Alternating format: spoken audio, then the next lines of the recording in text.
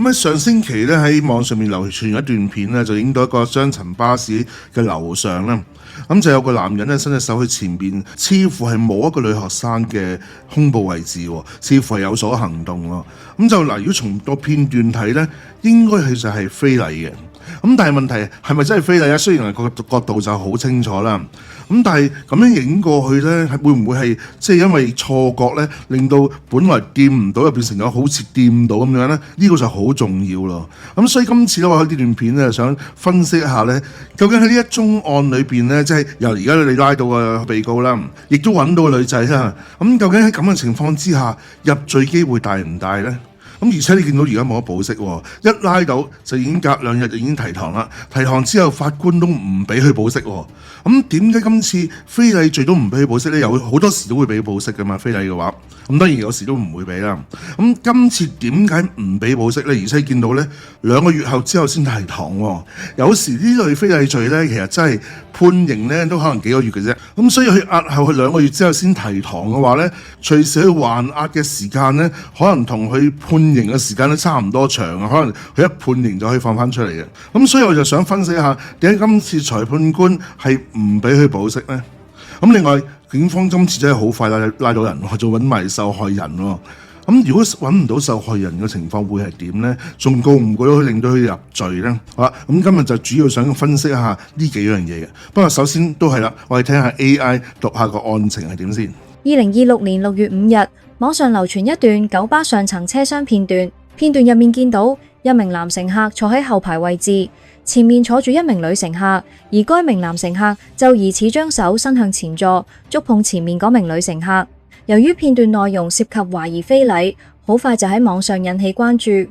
根據其後法庭文件，案發地點係旺角道近西洋菜南街交界，涉事車輛係一架九龍巴士，上層車廂就係今次指稱事件發生嘅地方。事件曝光之後，警方接手調查。據報，警方下晝留意到網上流傳片段之後，隨即展開行動。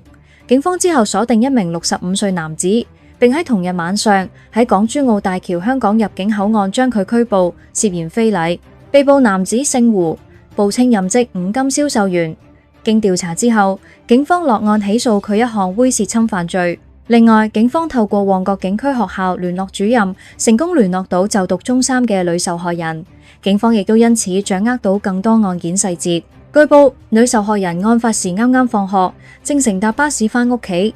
事後因為受驚，所以未有即時報警。警方之後表示，會同受害人、佢嘅家人同學校保持聯絡，並向受害人提供適切協助。被告名叫胡耀成，65歲，報稱五金銷售員。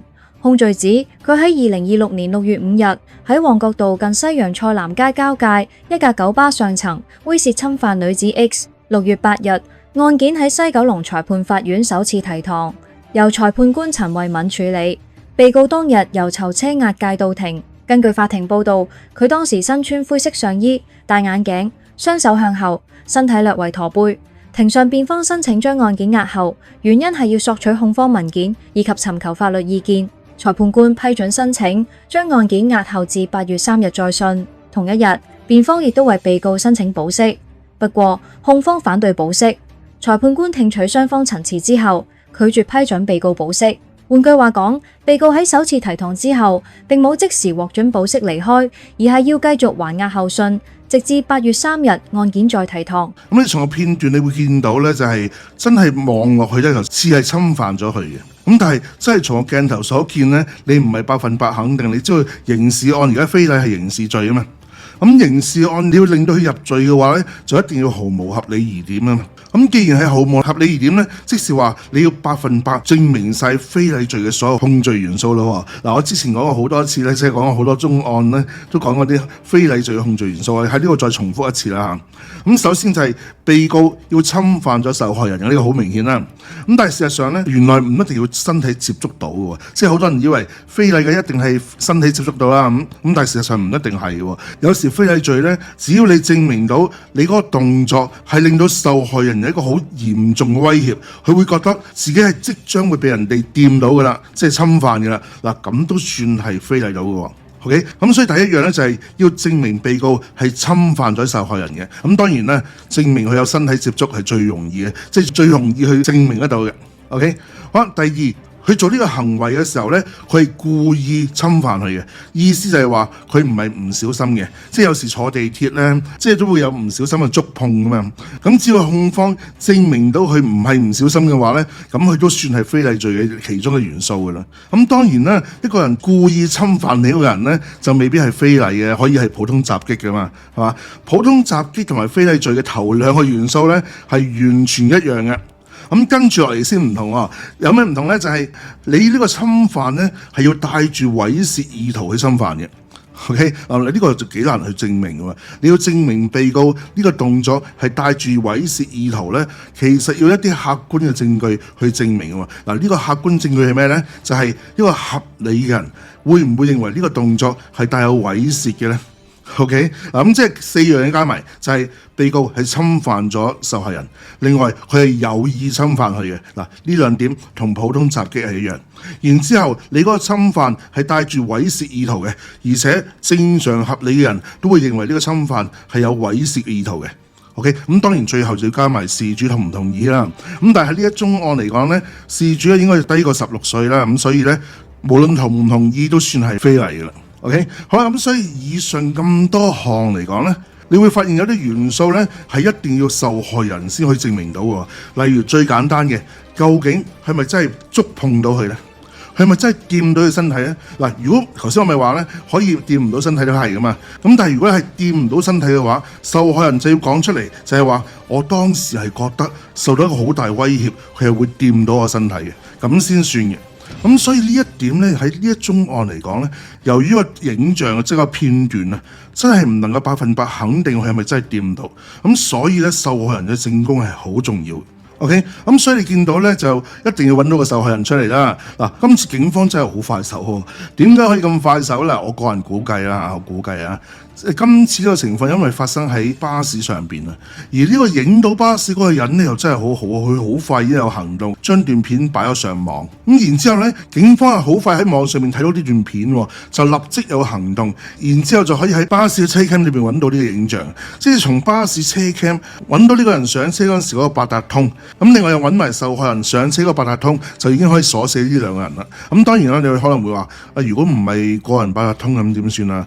嗱，冇所謂嘅，因為你只要係八達通嘅話咧，警方就可以追蹤呢張八達通噶啦。咁所以今次咧就追蹤咗佢行蹤啊。咁最後就喺港珠澳大橋香港口岸嗰個拘捕咗佢嘅。咁另外警方亦都透過警方嘅學校聯絡主任咧，就揾到個女同學喎。咁所以佢好快就可以鎖定咗呢兩個好重要嘅人身份。如果唔係嘅話咧，即係如果真係揾唔到個女同學，或者女同學唔肯出嚟作供嘅話咧，其實都幾難告下嘅。咁當然係咪真係完全冇一個咧得嘅就辛苦啲咧？尤其是真係唔知係咪真係掂到嗰個情況咧，就有啲困難嘅。咁點解會唔準保釋啊？嗱，首先第一日唔準保釋係正常，因為拉到之後咧，我諗警方已經覺得好有證據啦，咁所以即刻可以提堂。咁當日就應該啱好就係星期六定星期日咧，應該星期六。咁就隔咗個星期日啦，所以就直至可以提堂就即刻提堂。咁就呢個咁嘅情況之下呢，正常嚟講都唔會俾佢保釋嘅，除非你話我唔夠證據，所以呢我就保釋候查，咁就會俾佢保釋嘅啫。咁但係咁嘅情況，即刻夠證據將佢擺上法庭嘅話呢，就還押等到上庭嘅，咁嗰個就好正常嘅。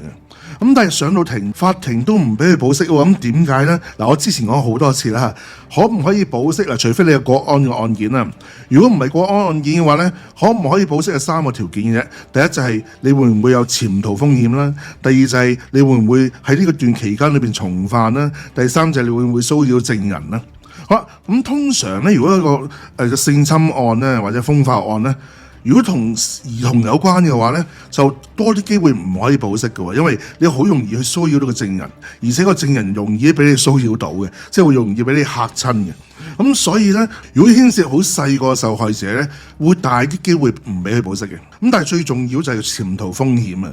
嗱，今次呢，拘捕佢地方就喺港珠澳大橋嘅口岸喎，雖然喺入境口岸啦，咁但係都似乎有可能呢，佢係想潛逃嘅喎。咁所以呢，呢個因素呢，係絕對可以令到個法官唔俾佢保釋嘅。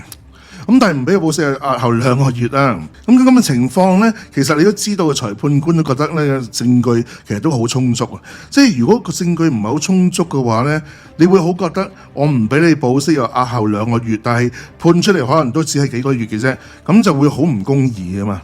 咁所以呢，如果證據唔係咁充足嘅話呢，裁判官都未必會作出呢個決定。咁所以咧，我覺得今次入罪機會應該就好大㗎啦。咁除非個受害人有咩原因引致佢唔出嚟作供嘅啫，否則嘅話呢，我相信入罪嘅。咁所以我都呼籲佢，不過雖然佢聽唔到講啦，我都呼籲佢應該要認罪嘅。如果佢認罪嘅話呢，相信喺判刑之後嘅冇幾耐就可以放翻出嚟嘅。咁當然有啲人會認為咧，佢係似乎有前科喎，因為東張就話佢似乎佢有前科喎。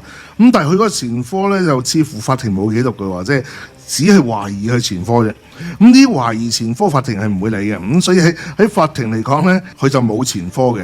咁既然冇前科，加上如果係認罪嘅話呢，的確咁嘅情況佢又唔會判得好重嘅，相信係幾個月至到半年以內嘅。咁所以只要係認罪，喺判刑之後冇幾耐就可以放翻出嚟嘅。咁當然都希望佢認罪之餘，真係洗心革面，唔好再做啲咁樣嘅事啦。